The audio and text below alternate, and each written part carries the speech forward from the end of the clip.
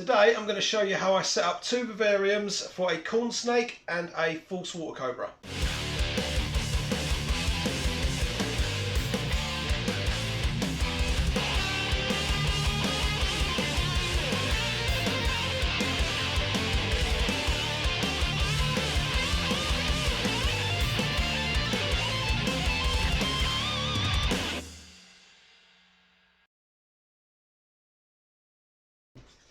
What's happening, guys? My name is Jamie, this is the Norwich Reptile Shed, and in this video I've got two vivariums to set up. Since I've had some snakes move up some vivariums and move into bigger enclosures, I've managed to get two of these 4-foot Viv Exotic vivariums freed up, which means I can upgrade my corn snake and my false water cobra, and they can be in these for about 6 months maybe, until I finally get around to building them their own custom enclosure, which probably going to be a 5x2 eventually, maybe even bigger for the falsie. So yeah, let's get cracking. So it's very much for me a temporary enclosure. The snakes that are going in it are quite young, they're quite small. One of them is our corn snake. That one was found by one of our friends in their kitchen a few years ago. And we just never found the owner for it. You know, none of the neighbours had snakes, so yeah, we took that guy on, and it is a narky little beast.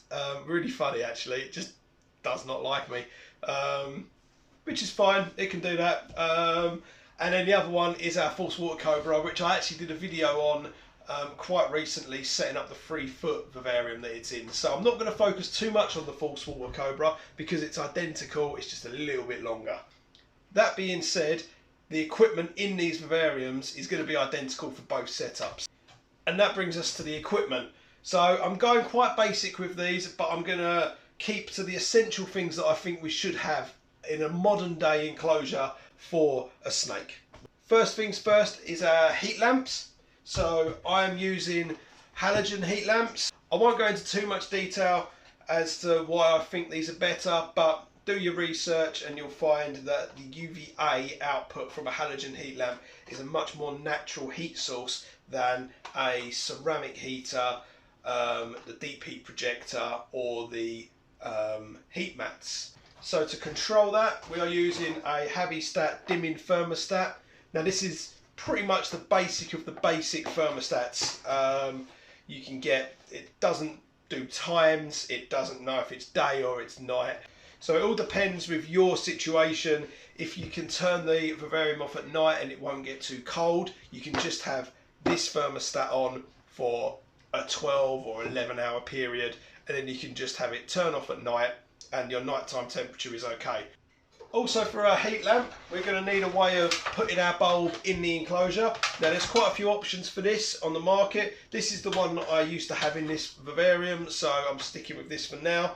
And this is just a ceramic bulb holder, and obviously because we're using a heat source that is not a heat mat, we need a way of guarding that from the snake to stop it getting burnt, so we need to use a cage as well. It's worth noting, probably stick to the same manufacturer when you purchase these things, because they work together. I found that some brands don't work with other brands. So this brand today is Komodo. I know the Reptile Systems one works well in this, but I also know the Arcadia one doesn't. So we're going to be obviously screwing this to the top of the vivarium. This needs to go in the centre of that as well. If they're the same brand, the holes will line up. That's quite cool.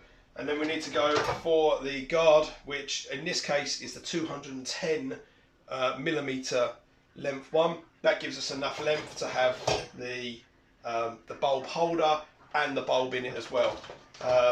Really common mistake, these come in two sizes, and they come in a shorter one and they come in this longer one.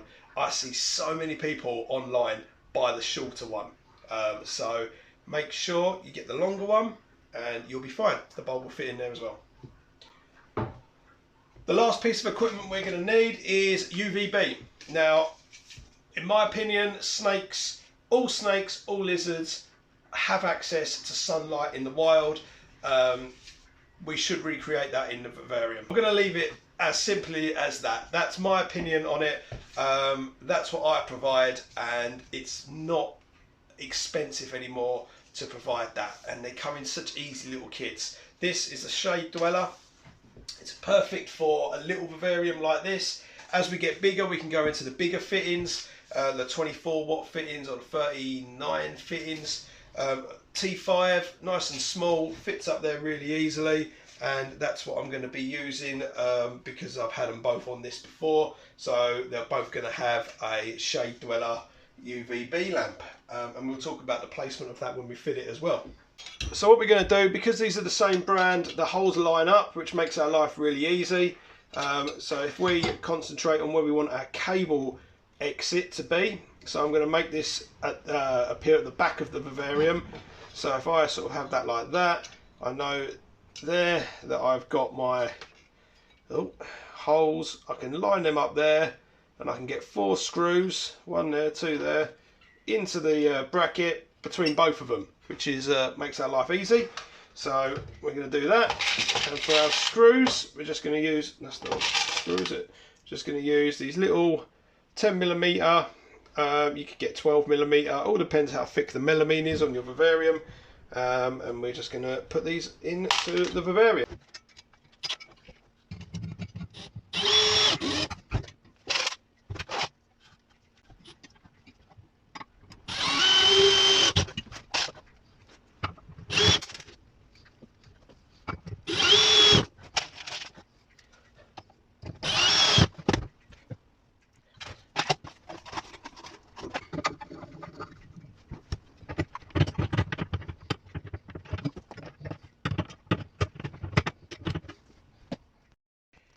Okay, so that's a heat lamp fitted. These can be awkward to fit in such a shallow vivarium, so another option you could do is obviously turn the vivarium on its back or onto its literally onto its top, and just work from it upside down. So that can always help you. Or you could struggle like me and just keep having to bend in and do your screws up blindly. All we've got to do now is just grab the plug. I've already fitted the lamp, and just throw that through the back, and we can pull that out of the way.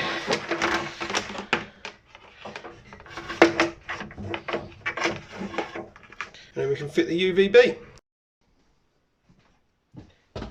Okay, so next up, UVB. Like I said earlier, this is a shade dweller. It is cool for little vivariums like this. Any bigger than this, if this was a 4x2, I wouldn't be using the shade dweller. I'd put a bigger lamp in there. I'd put the Reptile Systems T5 fitting in there instead of this little thing. So I'm going to put the UVB in this vivarium exactly the same way as I do on my 6-foot vivariums, and that is to concentrate the UVB on the hotter side to simulate a natural environment where if an animal seeks out the heat, it's going to be in the sun, so it's going to get that warm UVA radiation as well as UVB radiation as well. And if it wanted to be in a cooler, darker zone, we've created that as well.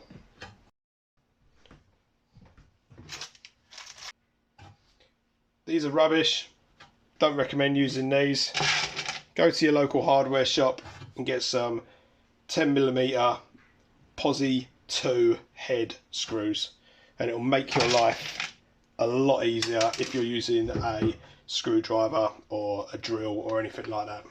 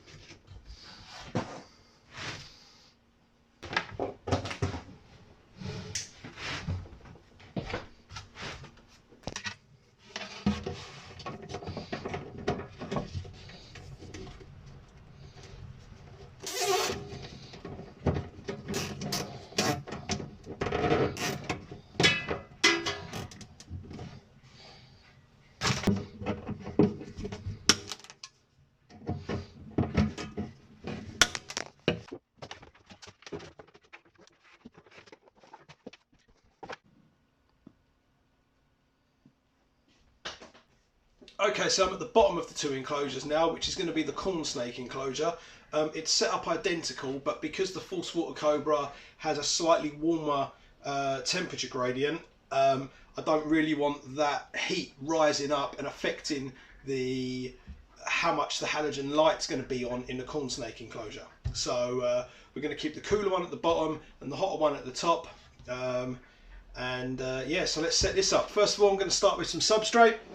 Now, like I said at the start of the video, these are fairly temporary enclosures, so I'm not going to go nuts. We're not going to go like bioactive or anything like that. So I'm going to make a simple substrate.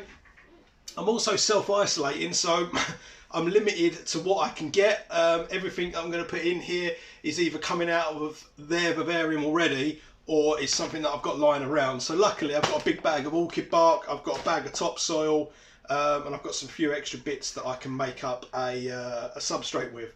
And for the corn snake, I'm going to use topsoil. For the false water cobra, I'm probably just going to stick to orchid bark, so I can dampen it up a little bit better. But for the corn snake, we're going to use a soil instead.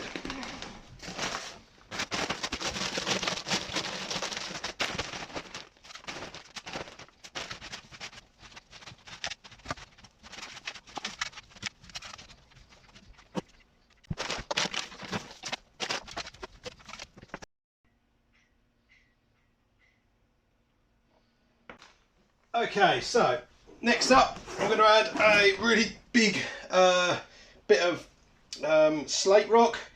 You can get this stuff in garden centres really easily, and it's dirt cheap as well. When you buy the big stuff, it's really it works out really cheap. So that is an awesome spot there to bask on. Is it better than that? I think it might be better the other way around. Yeah. So it's slightly more unlevel, but that's fine. I'm sure our corn snake can live with that. And then I've got a nice big bit of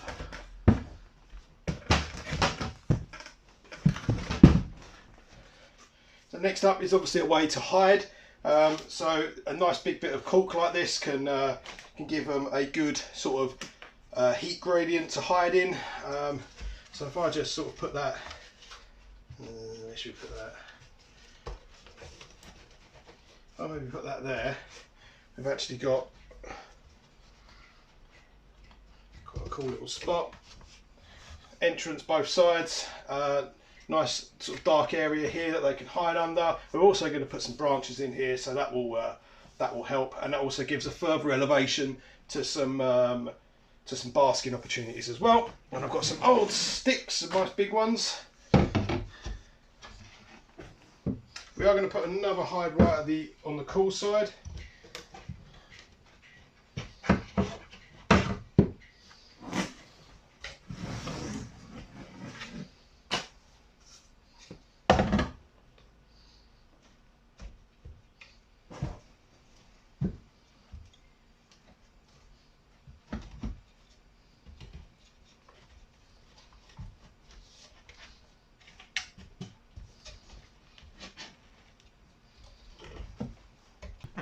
So I'm going to add this little hide here. The corn snake isn't very big, so I'm going to add this little hide right on the cool side, and that gives her somewhere, if she wanted to hide away in the dark and not be seen or heated.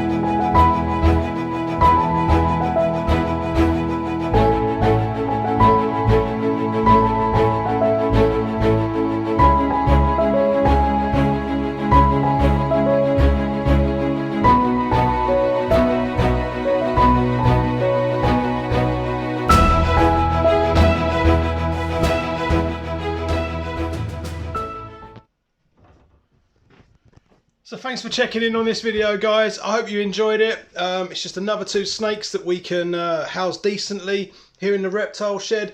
Gives me a little bit more time to get their other vivariums built and get the other projects done as well. So a nice little load off my mind. So if you like this video, please don't forget to give me a like. Drop me a comment. I'd love to hear from you. You can find me on Instagram, TikTok, Facebook, all that stuff, and I'll catch you in the next video.